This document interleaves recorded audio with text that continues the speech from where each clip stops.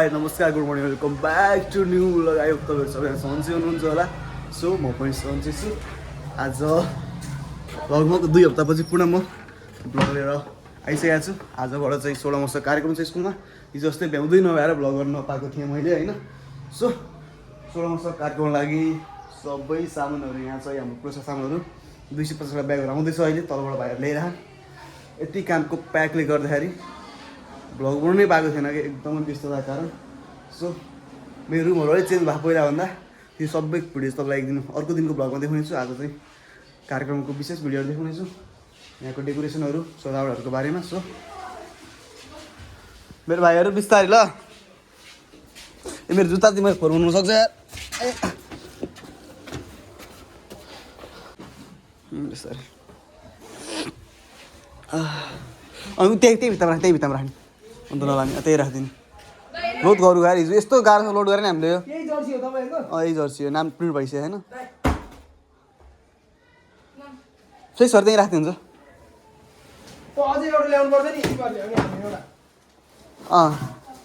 हो त्यो भाइ त्यो सानो त्यसलाई त्यहीँ राखिदिन्छ, त्यही छेउमै। अहिले ठुलो राख्ने त्यो चाहिँ ठिक छ।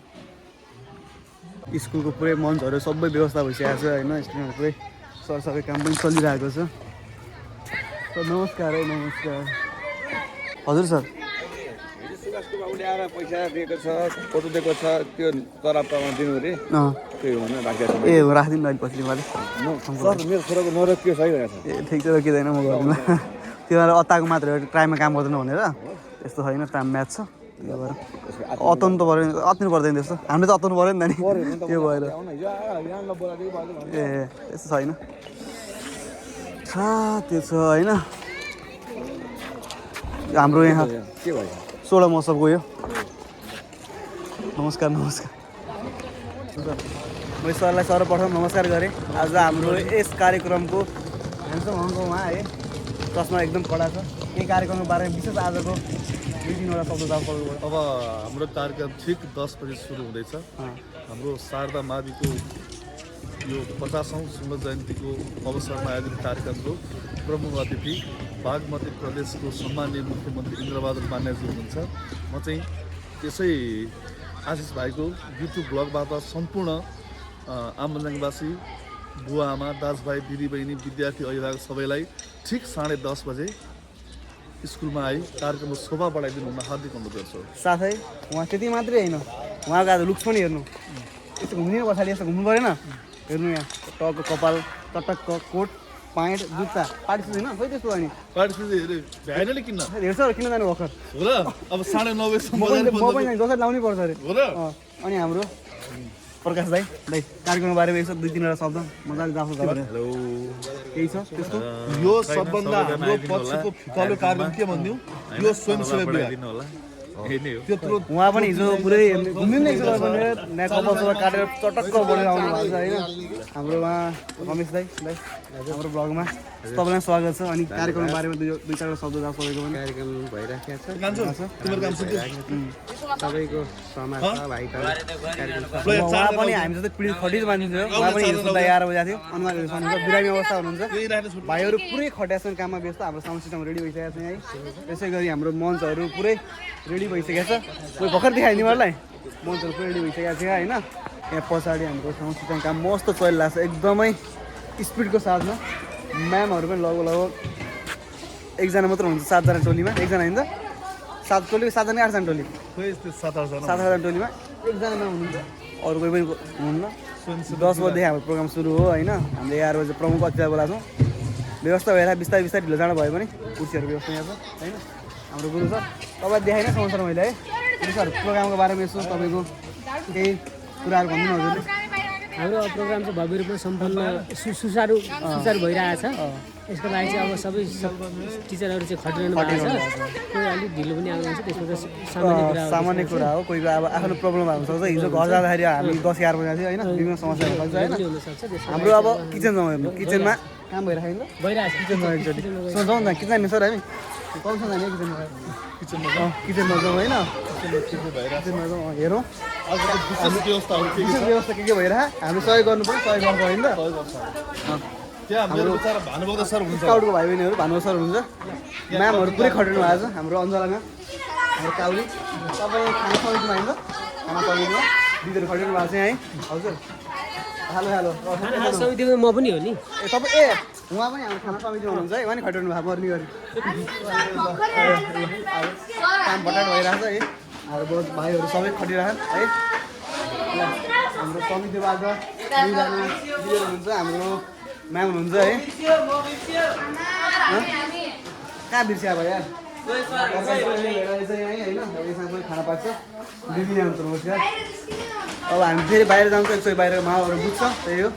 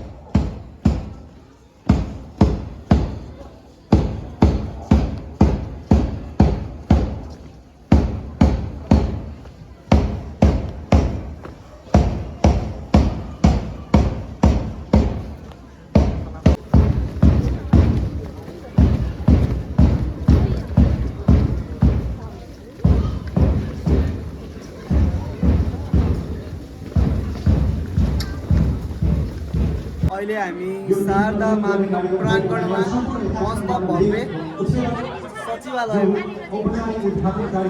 सचिवालयमा मजाले सचिवालयको चिमाले बसेको छु तपाईँ भिडियो दामी दिएँ मैले दामी दिएको छु हाम्रो एउटा हजुर छ यो लगत्तै विद्यालयको स्वागत गीत हामी जोड्दैछौँ यसका लागि हामी कार्यक्रमका सभाध्यक्षज्यू र प्रमुख अतिथि लगायत अतिथिज्यूहरूलाई त्यसतर्फ अनावरणको कार्यक्रमको लागि अगाडि बढिदिनु हुनका लागि अनुरोध गर्दछौँ।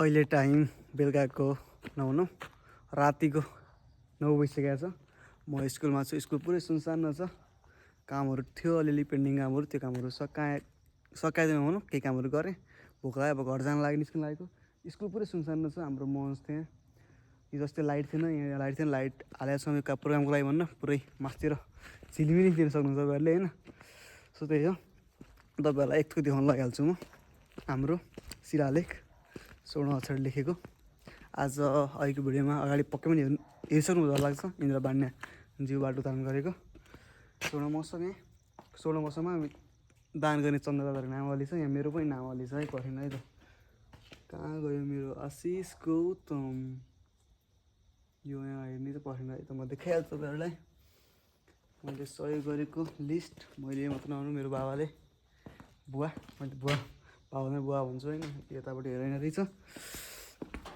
यहाँ लिस्ट नाम छ कि जस्तो लागेको थियो मेरो पनि आशिष गौतम कहाँ हो नाम गाह्रो पऱ्यो आशिष गौतम मेरो नाम थियो आशिष गौतम दिन सक्नुहुन्छ है आशिष गौतम है आशिष गौतम गढी छ झल्ला 5005 त्यसै गरी हाम्रो बा पितृप्रसाद गौतम मकानो गढी छ झल्ला 5005 बाउ छोराले सानो सबै स्कुललाई गरेका थियौँ आइसकेको छ लिस्टमा अब मेरो बाइक स्टार्ट गरेर म निस्किन्छु घरतर्फ लास्ट बोक लिएर आएको छु त्यही हो अब यहाँबाट गएर घर आँगनमा रेस्ट गर्छु अनि भोलि बिहान फेरि चाँडै आउँछ 6:30 अनि 6 नै बजी आउनु छ किनकि 7 बजी स्कुलमा अरू टिचर आउँछन् म चाहिँ अगाडि आउँछु किनभने कामहरू छ नि कामहरू सघाउँछु आजको चिसो भयो आमा शीत लिन सक्नुहुन्छ पुरै पानी परेर शीत परेको छ नि पानी परेर शीत परेको रहेछ टोपीले पुस्दै मैले जे हुन्छ हुन्छ देखा जाएगा टेन्सन नलियो अब यही टोपीले पुसेँ अनि अब म यही टोपी लाउँछु जाडो भएर नि त नि त्यही हो भोलि बिहान चाँडै आउँछु भोलि हाम्रो लोकदोरी प्रतियोगिता छ भोलिको नि ब्लग बनाउँछु सो ब्लगलाई अन्त्यसम्म मेरो साथ दिनु होला साथै च्यानलमा नयाँ हुन्छ लाइक कमेन्ट सेयर सब्सक्राइब अवश्य गरिदिनु होला let's see bye bye love you all